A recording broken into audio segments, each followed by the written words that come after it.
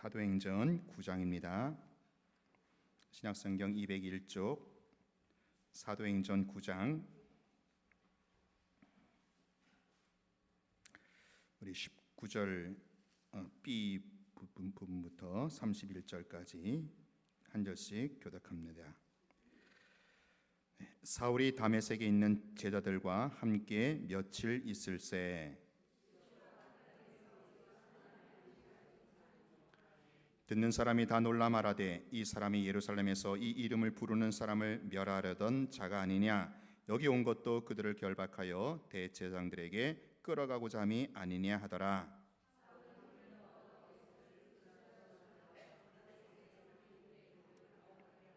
여러 날이 지나매 유대인들이 사울 죽이기를 공모하더니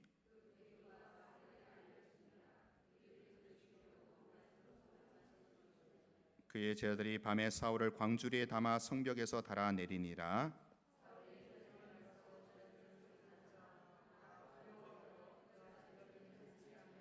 바나바가 데리고 사도들에게 가서 그가 길에서 어떻게 주를 보았는지와 주께서 그에게 말씀하신 일과 다메섹에서 그가 어떻게 예수의 이름으로 담대히 말하였는지를 전하니라. 또 주 예수의 이름으로 담대히 말하고 헬라파 유대인들과 함께 말하며 변론하니 그 사람들이 죽이려고 힘쓰거늘 같이 합니다. 그리하여 온 유대와 갈릴리와 사마리아 교회가 평안하여 든든히 서가고 주를 경외함과 성령의 위로로 진행하여 수가 더 많아지니라. 아멘. 네, 예수를 믿는다라는 것은 회심했다라는 것을 가리킵니다. 회심이라는 것은 마음이 이렇게 바뀐 거죠. 마음이 돌아선 것을 말합니다. 그러면 그 마음이 바뀌면 사람이 뭐가 변화가 되는데, 뭐가 변하냐면 눈이 변합니다.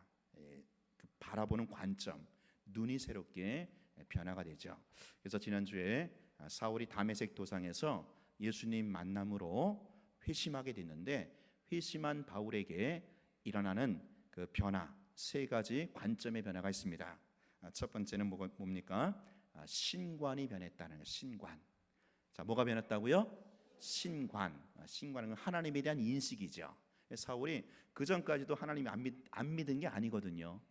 유대교에서 말하는 하나님, 율법에서 말하는 하나님을 나름 믿고 섬겼거든요. 근데 이 다메섹 도상에서 예수님을 통해서, 부활하신 예수님을 통해서 이 사울이 내가 지금까지 알고 있던 하나님이 아니었구나. 성경에 계시된 하나님을 예수님을 통해서 만나게 됐다라는 겁니다. 신관이 변화된 겁니다. 여러분, 하나님은요 오직 예수님을 통해서만 제대로 만날 수 있다라는 거예요. 예수님을 통하지 않는 하나님은요 우상일 수가 있어요. 내가 만들어낸 하나님.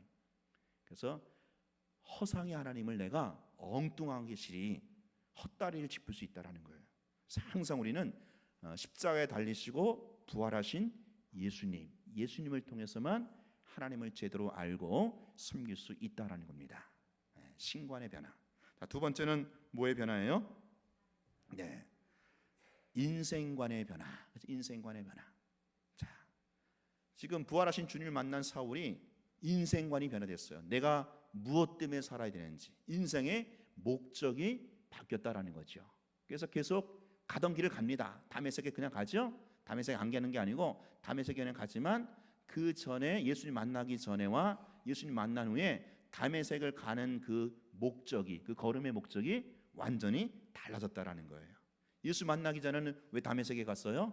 예수 믿는 사람들 색출해서 잡아 죽여서 넘기려고, 예루살렘에 넘기려고 그렇게 갔던 그 다메섹 걸음이 예수 만난 다음에는 그 다메섹에 가서 복음 전하려고, 예수 사건, 내가 만난 예수를 전하려고 그 다메섹에 들어갔다라는 거예요. 그러니까 똑같이 인생을 먹고 살지만 그 먹고 살아가는 인생의 목적이 바뀌었다라는 겁니다. 자, 마지막 세 번째는 뭐의 변화예요? 시작. 세계관의 변화. 사울이 이제 예수님 만나고 나서 눈이 멀었죠. 그래서 아나니아를 통해서 안수받고 그때 눈에서 비닐 같은 것이 벗겨졌다. 그러니까 사울의 눈에 그동안에 비닐이 껴 있었던 거예요. 세상을 제대로 보지 못했던 거죠. 왜곡된 세상, 뒤틀린 세상을 그는 바라봤던 겁니다. 그런 눈에서 비늘 같은 것이 벗겨짐으로 세상을 바로 보게 되었다라는 거죠. 뭐 매사에 삐딱하게 보고 부정적으로 보고 불평불만으로 봤던 또 자기 경험, 자기 지식에 꽉 자기 틀에 묶여가지고 그냥 세상을 판단하고 사물을 판단하고 인간을 판단하던 그런 눈에서 비늘이 다 벗겨져 갖고 이제 세상을 바로 보게 됐다. 세계관의 변화. 자, 이렇게 이 세계관의 이런 세 가지 변화가 바로 이걸 가리켜 회심이다라는 거예요. 회심. 그러니까 예수를 만나기 전과 예수를 만난 후에 분명히 달라진 점이 이 세 가지 국면에서 세 가지 변화된 안목에서 달라진 점이 있어야 한다라는 겁니다. 자, 오늘 본문은 이렇게 회심을 경험한 사울이 이제 그 이후에 달라진 눈을 가지고 180도 완전히 다른 삶을 살아가는 이제 사울의 모습을 보게 됩니다.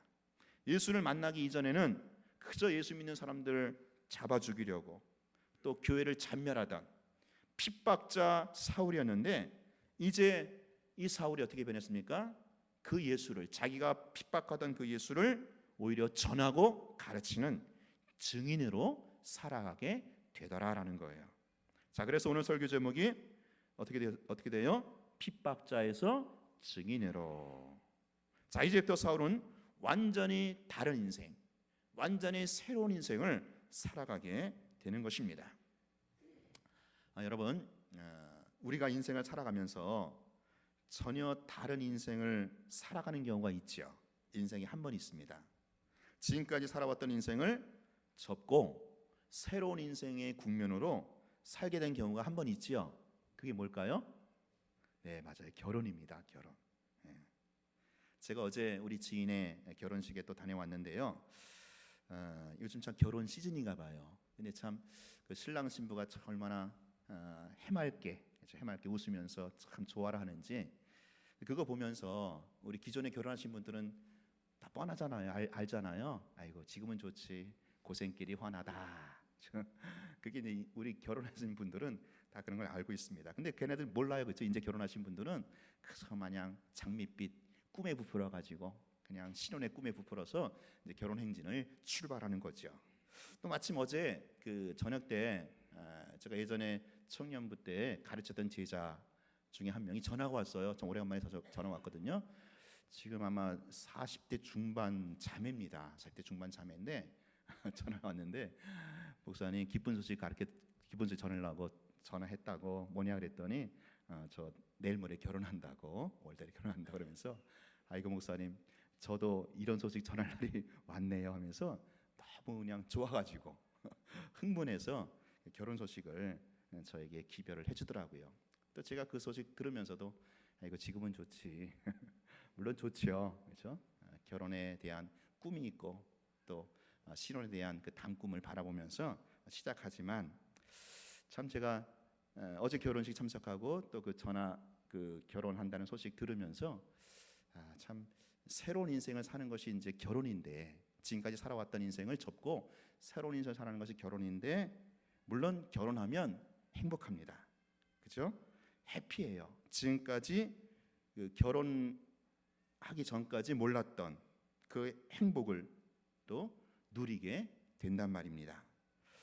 자, 근데요 마냥 또 행복한 것만은 아니다라는 거죠. 이제부터 고생길이 시작입니다. 이제부터 전쟁이에요. 둘이 하나가 되어야 하는 그 삶의 치열한 전투가 이제부터 본격적으로 시작이 되는 거죠. 자, 이것도 그렇죠? 이런 고생, 이런 전쟁도 사실은 뭐예요? 결혼하기 전에는 몰랐던, 누리지 못했던 그런 고생이고 그런 전쟁이다라는 거예요. 그러니까 결혼하면은 두 가지가 다 있는 거예요. 결혼 전에 누리지 못했던 행복과 기쁨과 희열이 있는 반면에 또 결혼 전에 누리지 못했던 고생, 그렇죠? 그 치열한 삶의 전투, 이 두 가지 국면이 다 있다라는 거죠. 공존한다라는 거죠. 자, 예수를 만나서 180도 달라진 삶을 살아가는 사울의 인생도 마찬가지였다라는 겁니다. 자, 사울은요 예수님과 결혼했습니다. 이제부터 예수님과 신혼생활이 시작이 되는 겁니다. 거기에는 말할 수 없는 영광이 있고요, 행복이 있고요, 하루하루 감격에 겨운 그런 삶이 펼쳐지고 있습니다. 하루하루가 얼마나 감격과 희열 가운데 살아가는지 모릅니다. 아마 지금까지 전혀 누리지 못했던 그런 기쁨, 그런 행복으로 날마다 구름 위를 떠가는 그런 기분이었을 거예요. 아마도 사울은요, 야, 이 좋은 예수를 왜 내가 진작 만나지 못했던가, 그런 심정이었을 거예요. 전에 예수 믿는 사람들을 잡아 죽이려고 핍박자로 잡아 죽이던 핍박자로 살아갈 때는 전혀 알지 못했던, 누리지 못했던 그 기쁨과 행복과 영광을 지금 누리면서 살아가고 있는 겁니다. 자, 근데요, 결혼 생활이 마냥 행복한 것만은 아니라고 했죠. 지금 예수님과 결혼해서 핍박자에서 증인으로 살아가는 사울에게도 마찬가지다라는 거예요. 자, 사울에게 이제부터 본격적으로 핍박이 따르기 시작하더라라는 거예요. 고난이 따르기 시작하더라라는 거예요. 그것도 보통의 고난이 아니고, 보통의 핍박이 아니고, 자기 목숨이 경각에 달린, 목숨이 왔다 갔다 하는 그런 고난이고 그런 핍박입니다. 여러분 9장 23절 보세요. 23절 시작. 여러 날이 지남에 유대인들이 사울 죽이기를 공모하더니. 자, 29절에도 시작. 또 주 예수의 이름으로 담대히 말하고 헬라파 유대인들과 함께 말하며 변론하니 그 사람들이 죽이려고 힘쓰거늘. 자, 지금 유대인들이 쌍십장을 그냥 뜨고 사울을 죽이려고 달려들고 있습니다. 왜 그랬을까요? 왜요? 바로 얼마 전까지 사울이 자기들하고 같은 조직이었거든요. 같은 조직원이었는데, 그 사울이 같은 조직으로서 예수 믿는 사람들 색출해가지고 죽이려고 했던 그런 같은 조직원이었는데, 그 사울이 완전히 변한 거예요. 완전히 얘네들 입장에서는 배신을 때린 거죠. 조직을 탈퇴한 겁니다. 그러니 유대인들이, 얘네들이 가만히 있겠어요? 여러분, 깡패 조직에서 개과천선해 갖고 빠져나온 자를 그 깡패 조직이 가만히 두겠습니까? 가만히 안 둡니다. 지금 사울은요, 자기 목숨이 위협받는 그러한 고난과 핍박을 역으로 받고 있는 겁니다. 자, 오늘 본문에서만이 아니라 앞으로 계속해서 사도행전을 보면, 이후 사도 바울의 그 행전을 보면, 그 선교 사역을 살펴보면 계속해서 이 유대인들이, 여기서부터 등장하는 유대인들이 계속해서 그 사울의 뒤를 따라다닙니다. 이 사울이 복음 전한 그 텃밭을 그냥 멧돼지처럼 막 쑤시고 다닙니다. 회방을 하는 거죠. 거기에 계속 사울의 사도권을 방해하고 인격을 모독하고 또 사울의 목숨까지 노리면서, 이세부터 계속해서 사울은 엄청난 고난이 끊이지 않고 사도행전을 쓰게 됩니다. 자, 이러한 고난도, 이러한 핍박도 뭐예요? 전에는, 사도 바울이 바로 이전에는 없었던, 몰랐던 그런 고난이고 그런 핍박이었다라는 거예요. 예수님과 결혼했기 때문에 따를 수밖에 없는 운명적인 핍박이고 고난이다라는 겁니다. 전에 예수를 핍박했던 때, 핍박자였을 때는 없었던 고난인데, 이제 예수의 증인으로 살아가면서부터 자기 목숨이 위협을 받는 그런 고난을 받게 된다라는 겁니다. 참, 결혼 생활과 얼마나 똑같은지 몰라요. 결혼했기 때문에 치르는 전쟁, 결혼했기 때문에 치르는 이 운명적인 고생길, 이게 지금 사울이 겪고 있다라는 겁니다. 사랑하는 여러분, 오늘 우리가요, 예수를 믿으면서부터, 그 예수 믿고 나서부터 영광 있지요. 예수님과 함께하는 그 삶, 행복이 있지요. 그러나 동시에 반드시 고난도 운명적으로 결부되어 있다라는 겁니다. 이걸 여러분들이 인정하셔야 돼요. 예수 이름, 예수 복음을 전하면서 따르는 운명적인 고난이 있게 된다라는 겁니다. 고생을 해야 된다라는 거예요. 내가 믿음의 정절을 지키느라 피눈물 나는 고생과 고난이 운명적으로 첨부가 된다라는 겁니다. 여러분, 이게 없으면 사실 엄밀히 말하자면 예수님과 결혼하지 않은 거예요. 결혼 안 하면은 고생도 없고 전쟁도 없듯이 말입니다. 자, 오늘 지난번에 담에서 도장에서 부활하신 주님을 만난 사울에게 주님께서 이런 예언을 하셔요. 이런 예언을 하시는데 우리 9장 15절 16절. 자, 중요한 구절입니다. 사울이 다메섹 도상에서 주님을 만나고 나서부터 주님께서 사울에게 주신 하나의 사명이자 운명입니다. 자, 시작. 주께서 이르시되 가라, 이 사람은 내 이름을 이방인과 임금들과 이스라엘 자손들에게 전하기 위하여 택한 나의 그릇이라. 그가 내 이름을 위하여 얼마나 고난을 받아야 할 것을 내가 그에게 보이리라. 지금 주님께서 사울에 대하여 하신 예언의 말씀이에요. 여기 보면 사울에게 두 가지 그 사명이 운명적으로 주어집니다. 첫째는 무엇입니까? 이방인에게 예수 이름을 전하는 그런 주님의 택한 그릇이다라는 거죠. 이게 지금 사울이 앞으로 살아야 할 운명이고 사명이다라는 겁니다. 자, 둘째는 뭡니까? 예수 이름을 위해서 고난을 받는다라는 거예요. 여러분, 이 고난 받는 것도 지금 사울이 예수님 만나고 나서부터 시작된 사울의 운명이었고 사울의 사명이었다라는 거예요. 이 두 가지가 계속 사울의 인생 가운데 운명처럼 그림자처럼 따라다니게 된다는 겁니다. 이 두 가지 사명을 운명으로 그렇죠? 감당하게 된다는 겁니다. 바로 사울이 회심한 직후부터 바로 이어서 이 운명적인 삶을 살게 된다는 겁니다. 주님의 예언 그대로 이루어지고 있는 것을 오늘 본문 바로 이어지는 본문을 통해서 우리가 확인하게 되는 거죠. 자, 첫 번째 운명적인 사명. 그것을 어떻게 감당하고 있습니까? 9장 20절 시작. 즉시로 각 회당에서 예수가 하나님의 아들이심을 전파하니. 즉시로. 사울은요 회심하고 나서 즉시로 예수 이름을 전파했다라는 거예요. 여러분, 우리가 정말 예수님 만났다면, 우리가 정말 나의 구세주여 주님으로 예수님을 만났다면 예수를 전해야 이게 정상이라는 거예요. 그게 예수 만난 사람들의 정상적인 인생 루트다라는 겁니다. 여러분, 아주 기가 막힌 맛집에 내가 갔다 왔어요. 가만히 있겠습니까? 그 맛집 소개하죠. 내가 아주 감동스러운 영화나 어떤 책을 봤어요. 그 가만히 있지 못합니다.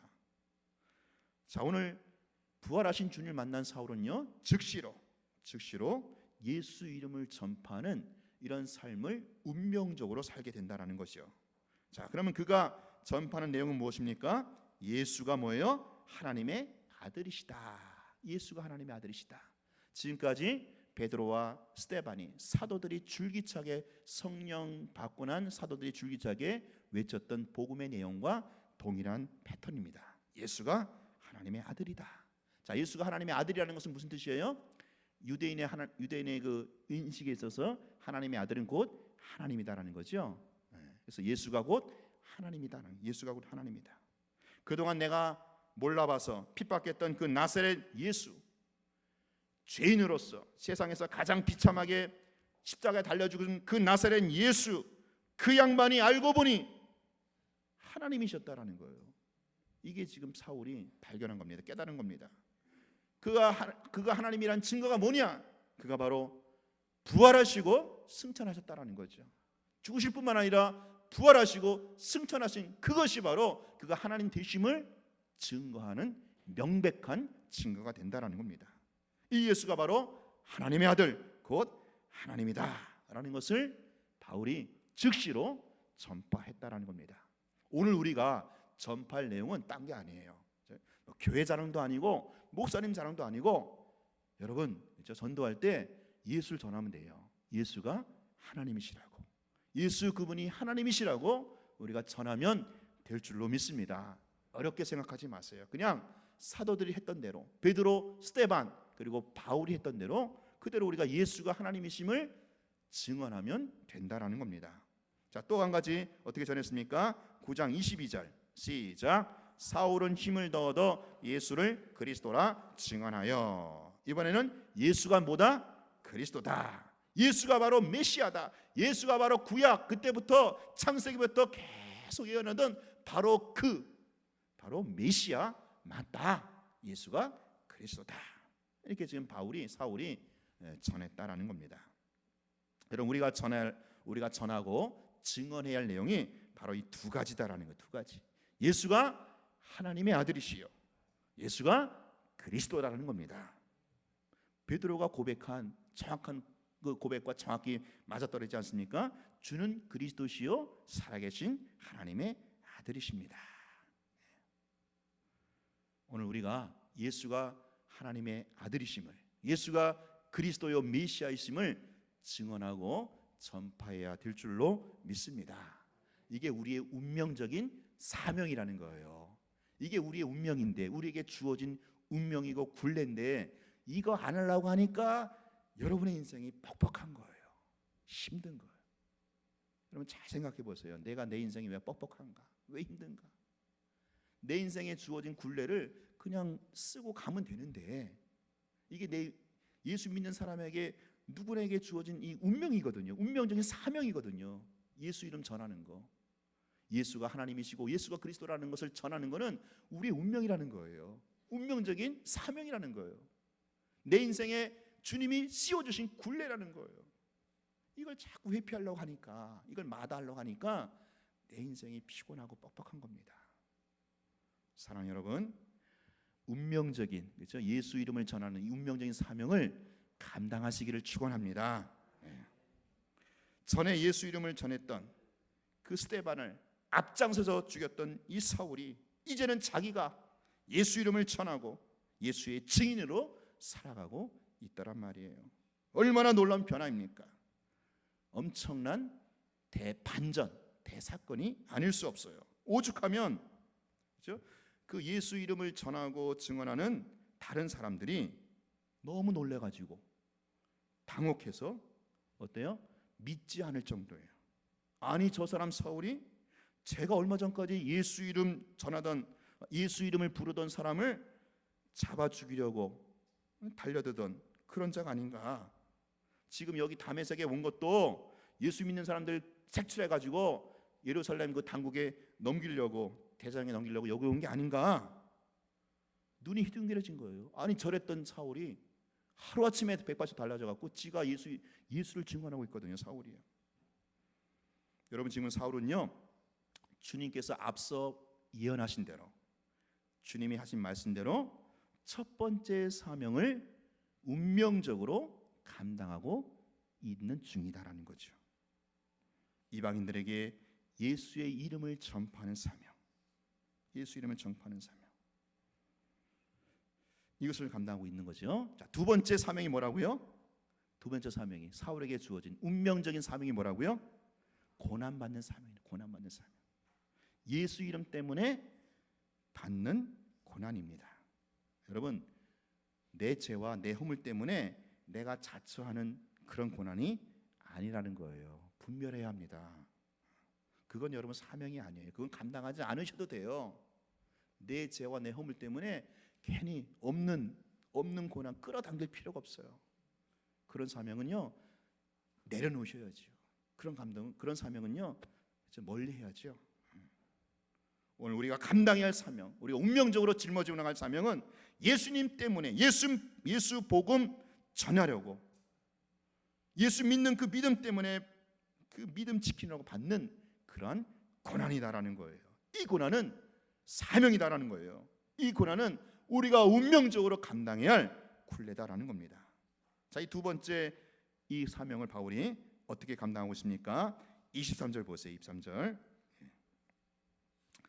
같이 아까 읽었었죠. 여러 날이 지남에 유대인들이 사울을 죽이기를 공모하더니, 이 공모라는 말은 얼마나 치밀하게 계획을 짰다라는 거예요. 한 사람 죽이려고, 한 사람 매장시키려고 얼마나 치밀하게 유대인들이, 그 머리 좋은 유대인들이 지금 작전을 짜고 있는지 몰라요. 자, 이게 지금 어디서 있었던 일입니까? 다메섹에서 있었던 일이죠. 오늘 본문 보면 무대가 두 개가 세팅되고 있죠. 첫 번째 무대는 다메섹, 두 번째 무대는 예루살렘입니다. 시간적인 간격도 약간 차이가 있는데, 자, 지금 첫 번째 세팅, 첫 번째 무대 세팅 어디예요? 다메섹에서 있었던 일이에요. 자, 지금 사울이 복음을 전하니까 유대인들이 이제 저 변한 사울을 가만히 둘 수 없다 해갖고 죽이려고 공모를 하죠. 그래서 죽이려고 하는데 이 상황에서 사울이 죽을 뻔하다가 겨우 구사일생으로 살아나죠. 밤중에 광주리를 타고 그 성에서 피신하게 됩니다. 이러한 지금 고난을 운명적으로 지금 받고 있다라는 거예요. 운명적으로 이런 삶을 살아가고 있다라는 거예요. 자, 두 번째 무대 세팅도 마찬가지죠. 예루살렘에서도 동일한 고난을 겪습니다.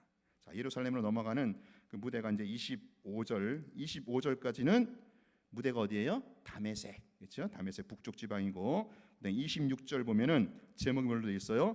사울이 예루살렘으로 가다. 그 25절과 26절 사이는 약 한 3년의 공백이 있습니다. 여러분 그냥 체크해 놓으세요. 3년 이렇게.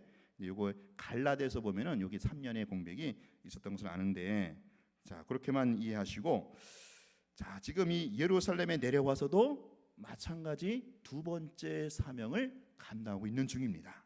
9장 29절이죠. 우리가 아까 봤던 확인했던 9장. 헬라파 유대인들과 함께 변론하거늘 그 사람들이 죽이려고 힘쓰거늘.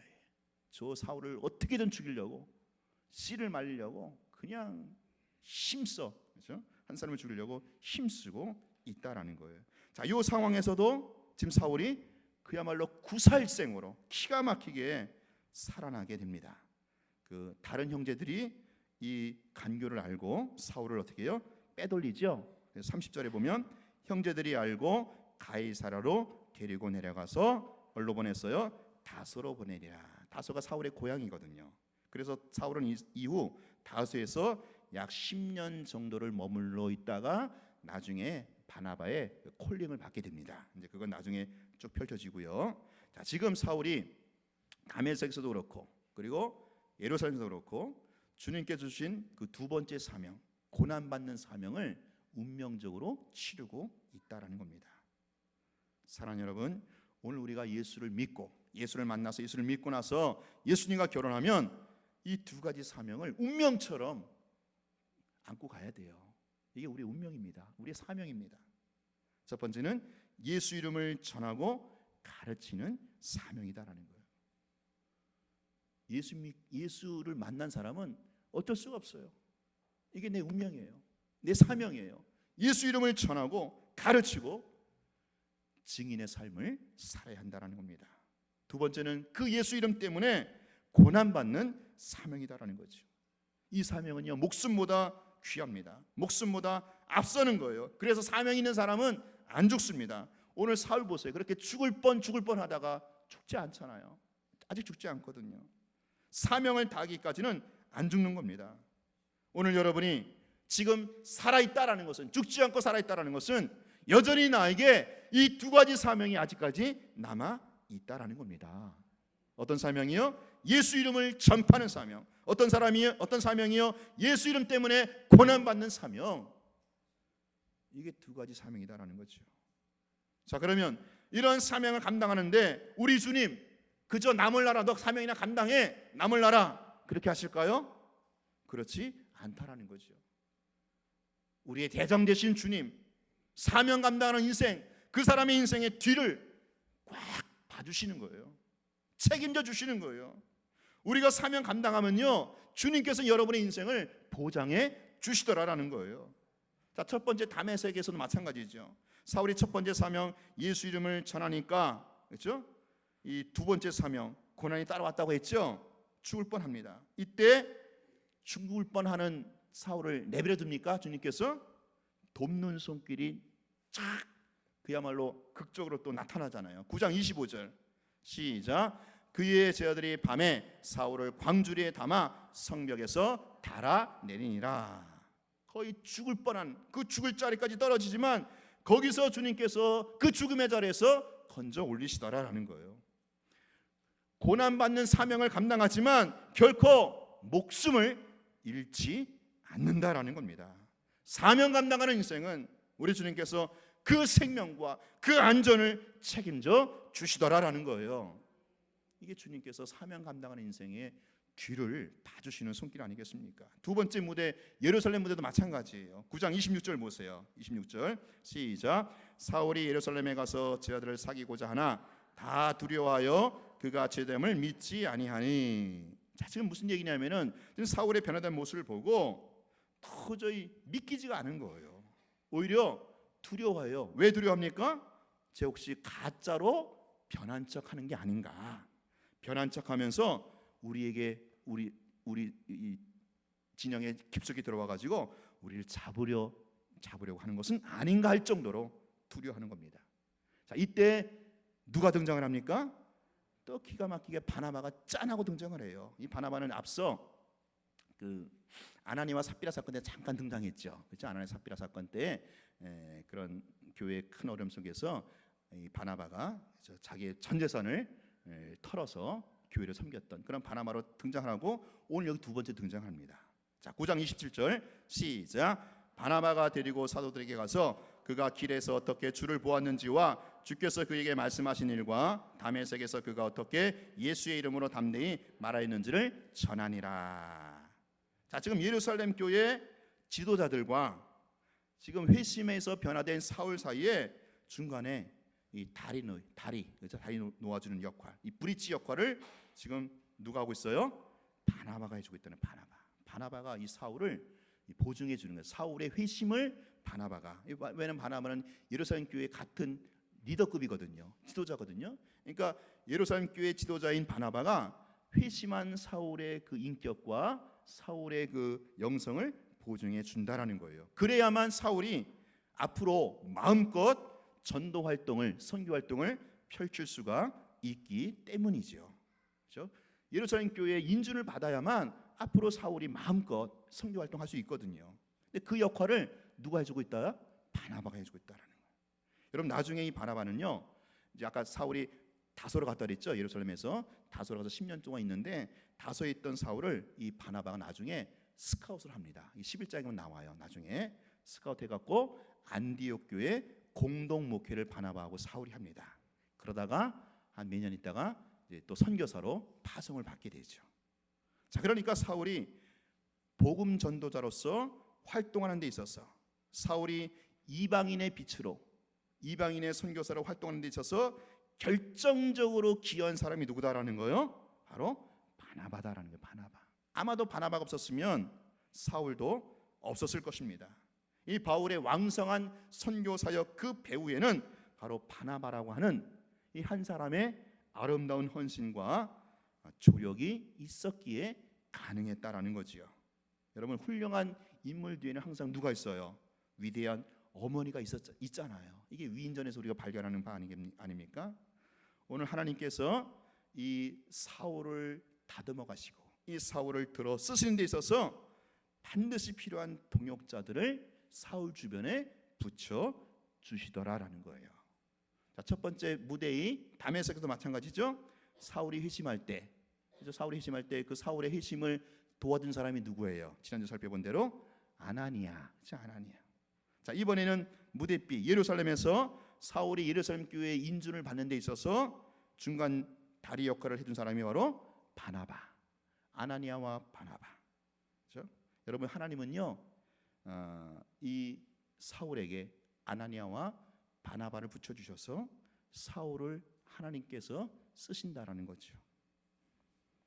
오늘 하나님은요, 사울과 아나니아, 바나바, 또 사울의 그 피신을 도와줬던 무명의 여러 제자들, 이러한 자들을 모두 한꺼번에 들어 쓰셔서 당신의 나라를 이루어 가시더라라는 거예요. 복음의 역사를 진행시켜 가시더라라는 거예요. 여러분, 하나님 나라는 결코 독불 장군식으로 이루어지는 법이 없습니다.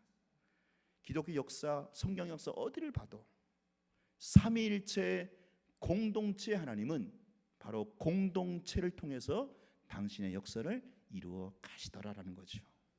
함께 연합해서 함께 영적 스크럼을 짜고 위대하고 영원한 하나님 나라의 역사를 짚어가게 하시다라는 겁니다.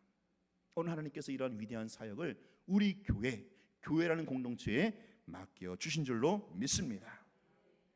자, 사울의 두 번째 사명이 뭐라고 했어요? 복음을 전하면서 예수 이름 때문에 받는 고난이라고 했죠. 고난.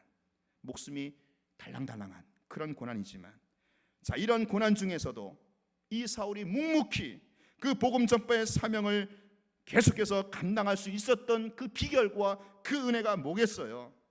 바로 이런 주변에 동역자들이 있었기에 가능했다라는 거지요.